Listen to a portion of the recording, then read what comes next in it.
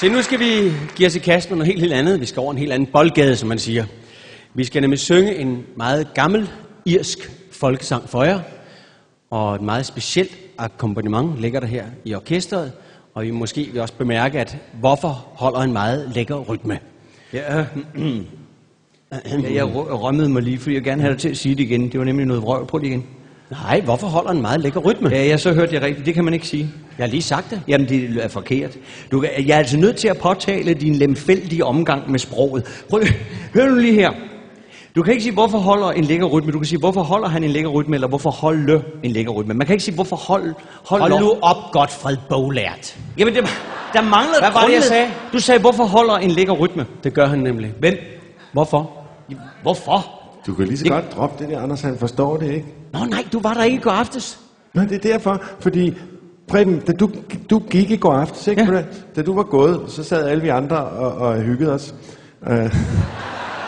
Rigtig meget. Og så fandt vi på, at så på et tidspunkt, så gav vi hinanden kælenavne. Det er altså kæft, det er sjovt. Når man sådan så alle har fået kælenavne? Ja. Hvad hedder jeg så?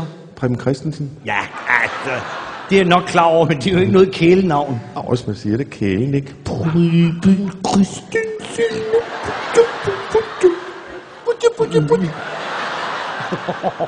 Er det ikke bedre end El Drepsi? Ja. Jeg ved Nej, det er ikke så meget også. Det er mere dem i orkestret, der har fået hver deres specielle kælenavn. Og det har de alle sammen fået? Ja. Så er det måske en idé at fortælle mig, hvad de forskellige hedder. Nej.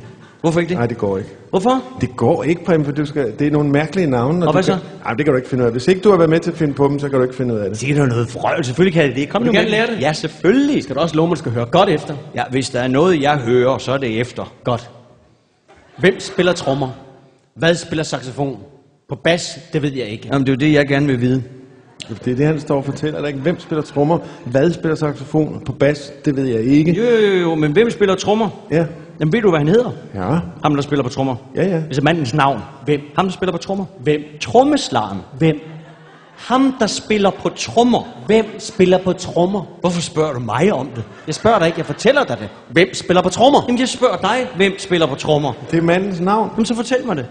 Det er mandens navn. Hvem har det navn? Ja. Jamen, så fortæl mig det. Hvem? Ham, der spiller på trommer. Hvem? Ham, der sidder ved trommerne. Hvem sidder ved trommerne?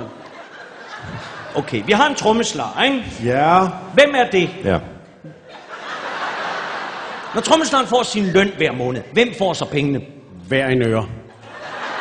Han skal have sin løn, ikke? Så skriver han under på en kvittering, hvilket navn skriver han? Hvem? Ham, der får pengene. Hvem? Ham, der får pengene. Det er sådan, han skriver under. Sådan, hvem skriver under? Ja. Jamen, så fortæl mig det. Sådan er det. Hvem er det? Ja. Hør nu her. Hør nu efter. Han skriver under på en kvittering, ikke? Jo. Hvordan skriver han under? Hvem? Ham, der får pengene. Hvem? Ham, der får udbetalt pengene. Får jo ikke udbetalt penge uden at skrive under på en kvittering, vel? Hvem skriver under? Hvorfor spørger du mig om det? Jeg spørger dig ikke, jeg fortæller dig det. Jamen, så fortæl mig det. Hvad er navnet på ham, der kvitterer for trommeslagerens løn? Nej. Hvad kvitterer for sin egen løn? Hvem kvitterer for hans løn? Ja, hvem kvitterer for sin? Trommeslageren skriver under på en kvittering. Det er vi enige om. Med sit navn. Når han så har gjort det, skrevet sit navn på en kvittering, så viser han den til dig. Hvilket navn vil du så sige, der står? Hvem? Dig. Men det er sådan, der står. Ja, men hvad synes du, der står? Hvem? Dig. Hvem? Dig. Hvem? Hør nu her. Jeg spørger bare, hvem får pengene? Ja, det er klart. Det er ham, der har tjent dem. Hør nu lige. Altså...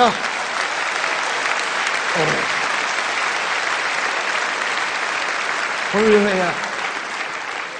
Jeg prøver bare at finde ud af, hvad er navnet på ham, der spiller på trommer? Hvad er navnet på ham, der spiller saxofon? Jeg spørger ikke, hvem spiller saxofon. Hvem spiller trommer? Et instrument ad gangen. Ja, så må du lade være med at blande dem sammen, Jeg mand. blander der ikke noget sammen. Eller Nu, det tager det roligt, jeg lærer det dig aldrig. Jeg spørger bare, ham, der spiller på trommer, hvem er det? Rigtigt. Nå, Fint. okay. Hvad er så navnet på ham, der spiller på trommer?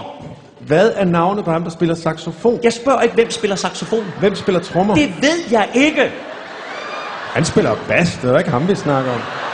Hvordan i himlens navn er vi nu havnet hos bassisten? Du har lige sagt hans navn. Hvis jeg lige har sagt bassistens navn, hvem sagde jeg så spillede bas? Hvem spiller trommer? Hvad? Hvad spiller saxofon? Det ved jeg ikke.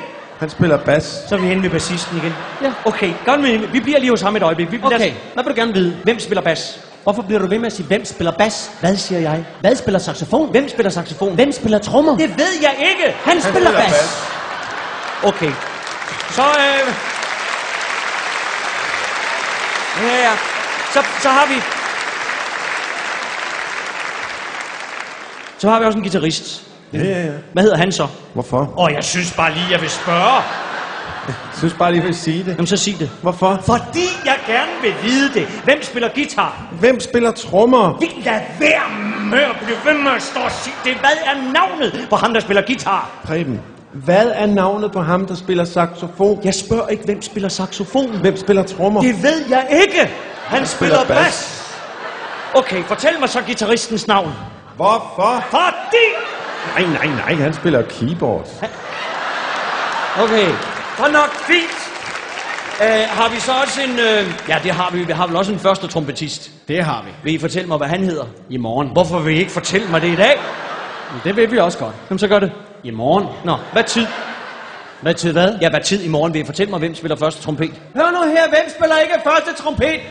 Jeg river begge ben af dig, hvis du ikke engang tilsiger, hvem spiller trommer. Hvad er navnet på ham, der spiller første trompet? Hvad er navnet på ham, der spiller saxofon? Jeg spørger ikke, hvem spiller saxofon. Hvem spiller trommer? Det ved jeg ikke. Han spiller bas! Så har vi også en anden trompetist. Ja. Nå, hvad hedder han så? I dag. I dag, ja, det aner jeg. I dag spiller anden trompet, og i morgen spiller første trompet. Vi har 2 hele dage med orkestret. Det går godt, det her.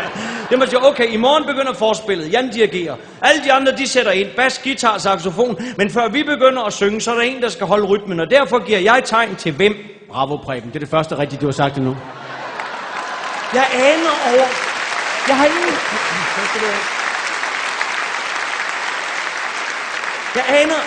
Jeg aner overhovedet ikke, hvad jeg snakker om. Men det er bare det, du skal gøre. Giv tegn. Ja. Til hvem? Ja, Okay, jeg giver tegn. Og hvem holder så rytmen? selvfølgelig. Hvem holder rytmen? Selvfølgelig. Hvem? Selvfølgelig. Selvfølgelig. Ja. Jeg giver tegn, og selvfølgelig holder rytmen. Nej. Du giver tegn, og hvem holder rytmen? Selvfølgelig. Ja. Men det er det, jeg siger. Jeg giver tegn, og selvfølgelig holder rytmen. Nej, men det er ikke rigtigt, Preben. Hvem holder så rytmen? Selvfølgelig. Jamen, det er jo det, jeg siger, mand. Jeg giver tegn. Nej, det er ikke det, du jo, siger. det er det, jeg siger. Jeg siger, jeg giver tegn, og selvfølgelig holder rytmen. Ja, det er det, du siger. Det er ikke rigtigt. Hvem holder rytmen? Selvfølgelig. Så sig det dog! Det er det, du siger, mand. Jeg giver tegn, og hvem holder rytmen? Selvfølgelig. Nu spørger du mig. Okay. Hvem holder rytmen? Selvfølgelig. Sådan. Det er jo det samme, som du siger. Jeg giver tegn, og hvem holder rytmen? Selvfølgelig. Hvem holder rytmen? Selvfølgelig. Hvem? Det har han fandme også bare at gøre med det. Okay. I morgen begynder forspillet og dirigerer, fordi spiller forspillet. Der kommer et lille tema. Det starter i dag, og det slutter i morgen. Der kommer, du hjælp mig et lille tema til. Det spiller, hvorfor han giver den videre til, fordi som igen kaster den over til, hvad? Her følger selve melodien, den bliver spillet af hvem? Det ved jeg ikke. Han spiller bas, og ved I hvad? Det rager mig en skid. Ja, for noget. Ja. Hallo? Må lige høre en gang. Hvad var det sidste, du sagde der? Det rager mig en skid. Han spiller sgu da ikke med, det er lysmanden. Okay,